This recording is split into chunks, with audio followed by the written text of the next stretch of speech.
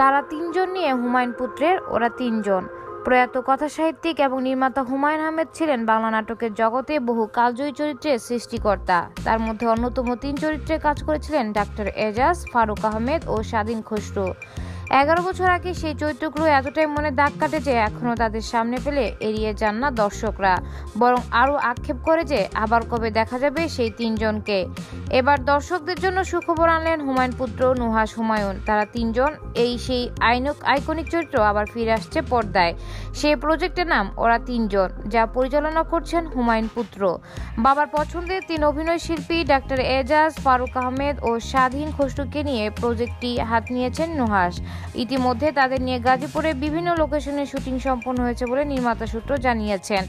জানা গেছে কন্টেন্টটি কোনো ইউটিউব চ্যানেলে নয়, স্ট্রিম হবে দেশের জনপ্রিয় একটি ওটিটিতে।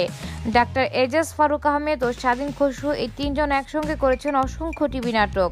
তারা তিনজন ছাড়াও তাদের জনপ্রিয় নাটকগুলোর মধ্যে রয়েছে তারা তিনজন টি মাস্টার, তারা তিনজন ঝামেলায় আছে, তারা তিনজন হে পৃথিবী বিধায়, তারা তিনজন ফুচকা বিলাস, ভাইরাস, আমরা জেগে আছি, আবারও তিনজন, আমরা তিনজন, উড়ে যায় বকপক্ষী। এসব নাটকগুলো রচনা করেছিলেন জনপ্রিয় কথাসাহিত্যিক হুমায়ুন আহমেদ। সানিয়া আজমা, রেডিও শহর।